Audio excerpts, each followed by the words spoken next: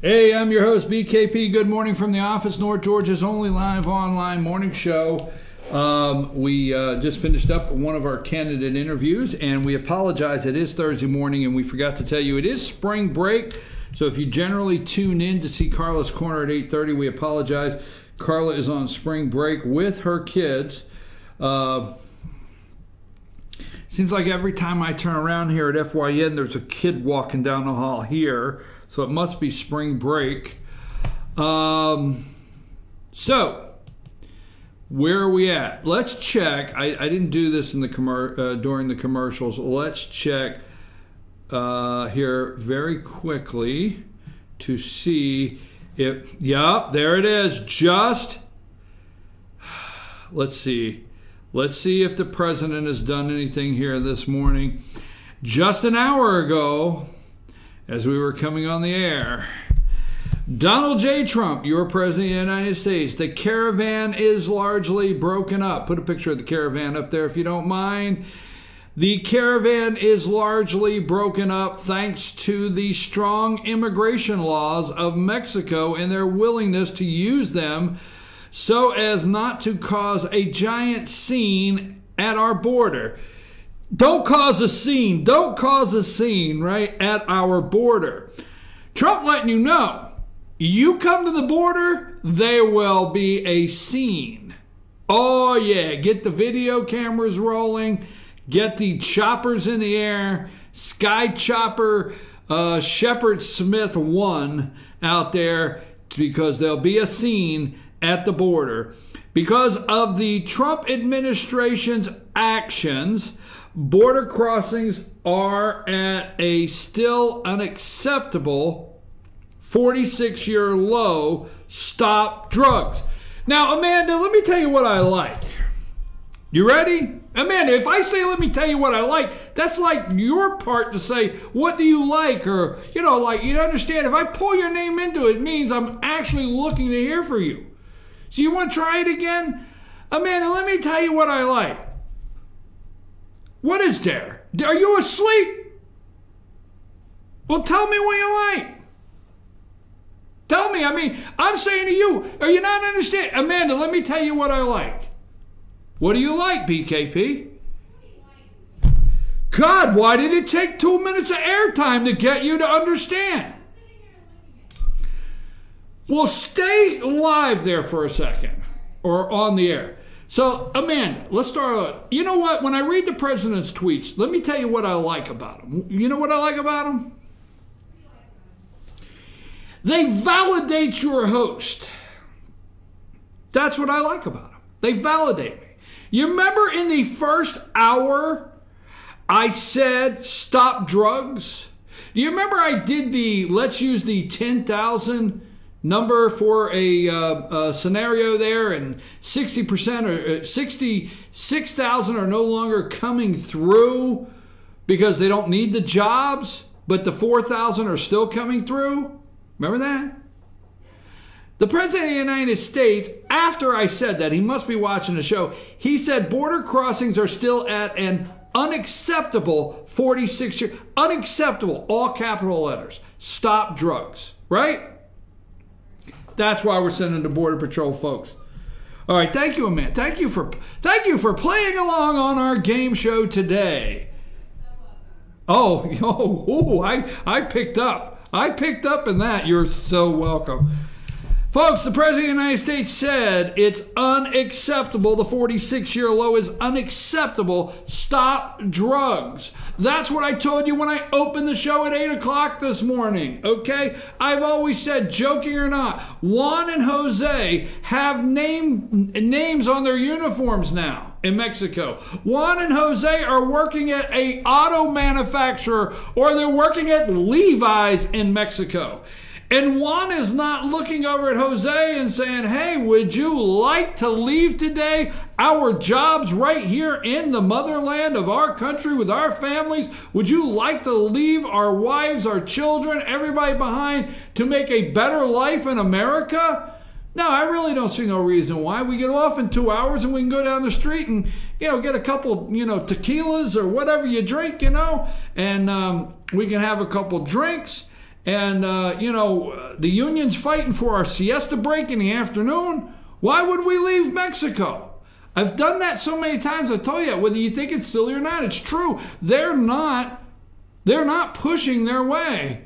Now we're getting the Hondurans, the El Salvadorans, the poor countries, okay? And they're moving drugs. Just let's not go there. Let's not go there. Drugs.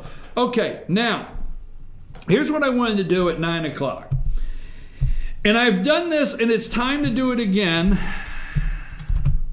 And I hope I don't bore you. You remember Tip O'Neill? You got a picture of Tip O'Neill?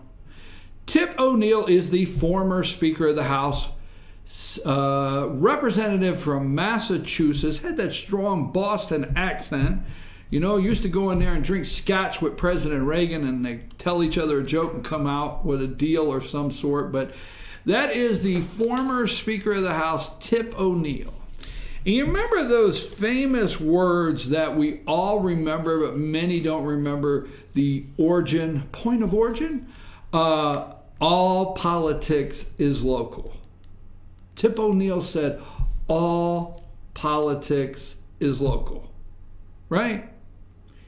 Now, did you find a graphic? What's that say? I can't see across the room. I can't find my glasses. What's that say? It's All Politics is Local by Tip O'Neill. Oh, it says that? Yep. Okay, I can't see. Very good job. I just can't see it. Here's the point, okay? Now, I have told you this over and over and over. Why the Democrats, why Republicans, why the people that want to drain the swamp, why you have slowed down in being active in participating. And I was thinking, I know that didn't come out right because I was thinking how I want to put this together. Trump got elected, and I really don't want to come and say mean things to Trump supporters, mean things to Republicans, no matter what. I don't want to do that. But I want to tell you,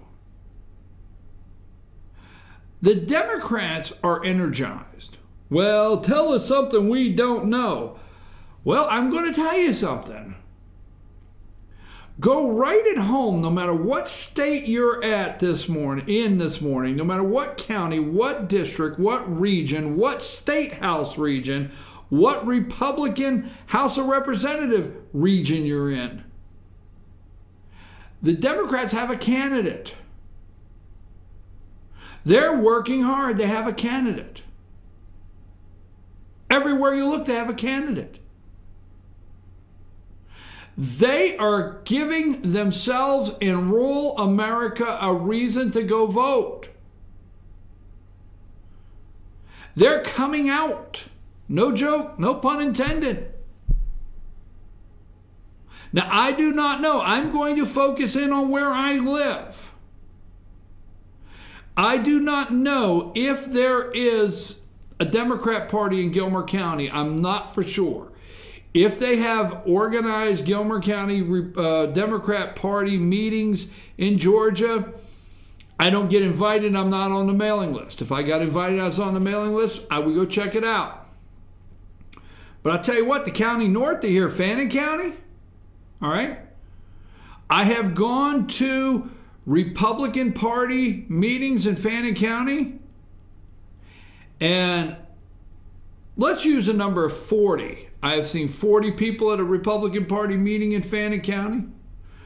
I have seen Fannin County go 72, 74, 76% Republican. But let me tell you what I've seen recently, and I have attended personally, and we've had reporters attend.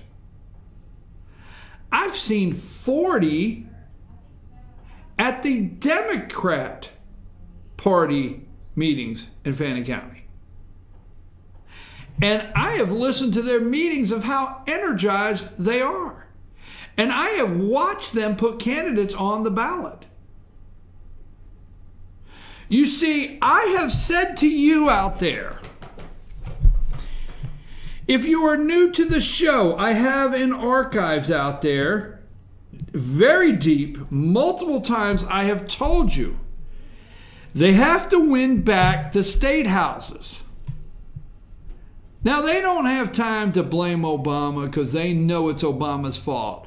And if we went in and we did the research, we would be able to show you, in research how many hundreds and hundreds of state house, state senate, governors' mansions throughout the United States that the Democrats lost control of under the 8 years of Obama. They know they have to win the House of Representatives back one step at a time. They know they have 18 in play seats, not counting the 10, not counting the 10 that Democrats may be picking up in Pennsylvania. All right? They know, all right? They know that they will lie, no matter what they have to do, they know they will lie to get 18 candidates like Connor Lamb on the ballot somewhere. And that is the candidate in Pennsylvania that just won. That is the candidate that's pro-Second Amendment, says he is. That's the candidate that says they probably would not vote for Nancy Pelosi. Think about this, folks. Wake up. And this is my call to you. How many Republicans ran, that promised you, if elected, they would not vote for Paul Ryan for Speaker of the House? Deja vu, is that's what it's called, right?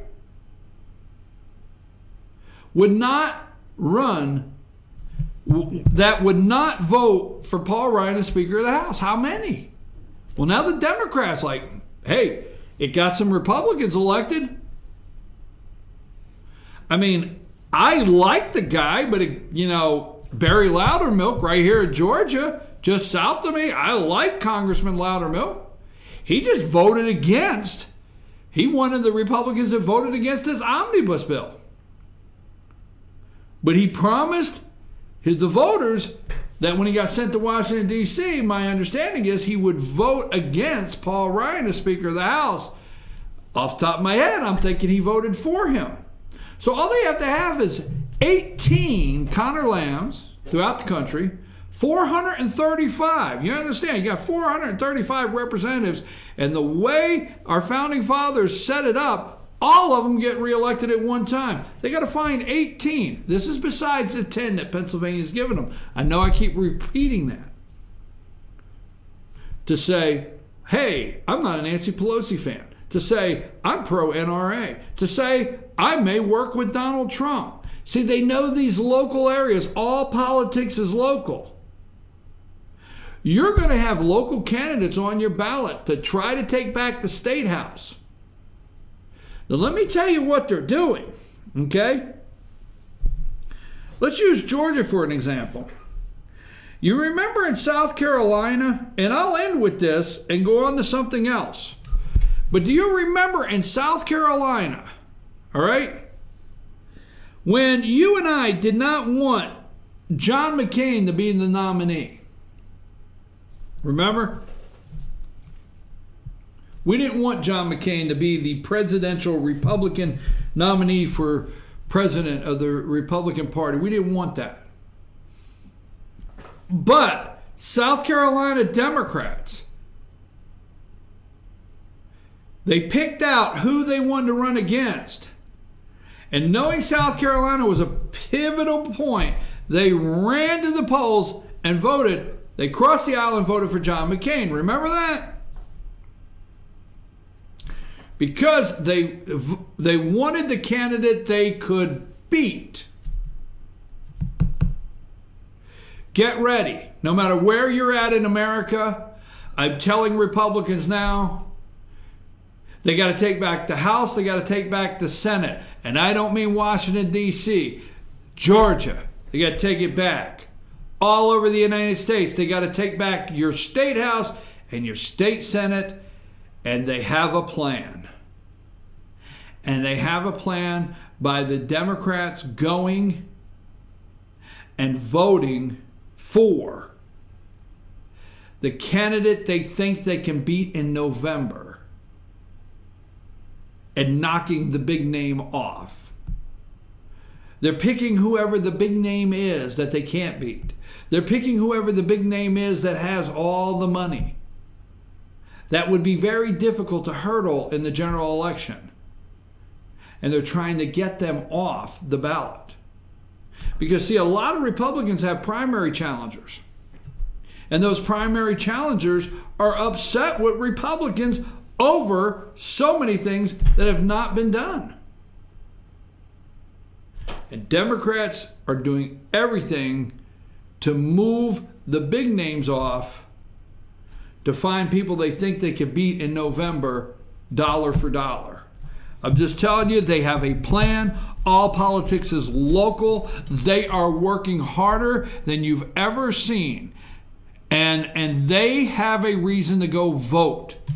In rural America, you go to any county in rural America that voted 68% Republican, 72% Republican, that generally do. Those counties now, the Democrats in those counties have a reason to come vote because they're getting candidates on the ballot and they're ready for November. There's a major plan in place. I have told you that. All politics is local. They will field candidates in your county. You will have local candidates in your county that will tell you they think we should work with Donald Trump. They don't really like Nancy Pelosi. They're not going to seem out there, in my words. Just get ready. All politics is local. The Democrats have a plan, and they may shock you if you don't think you have to get on board somewhere, somehow, and get mobilized, or you're going to see a shift. And I'm just saying this so I can see if I can get you to understand, and I hate to put it that way, that they've learned the lesson and they're going home to their counties. They're going home to their Board of Education.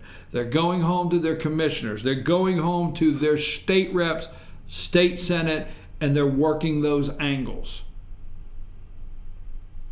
I'm your host, BKP. All politics is local. The Democrats have a plan. You will see. You need to pay attention, and you need to see how you can get activated today to help drain the swamp and maintain. If you want to maintain the leadership,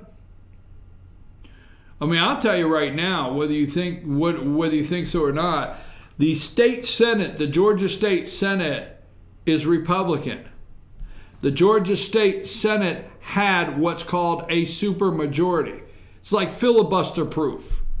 You know, where the U.S., you hear all the time, the U.S. Senate, you need 60 votes. The state of Georgia had that. They had what's called supermajority in the Senate. They lost it. The last special election in the Senate in Georgia went to a Democrat in a metropolitan Atlanta area where a Republican left and a special election put in a Democrat, and they no longer have a supermajority. I'm your host, BKP. Good morning from the office, North Georgia's only live online morning show. We have a new tweet from the President of the United States. We're going to put that up when we come back.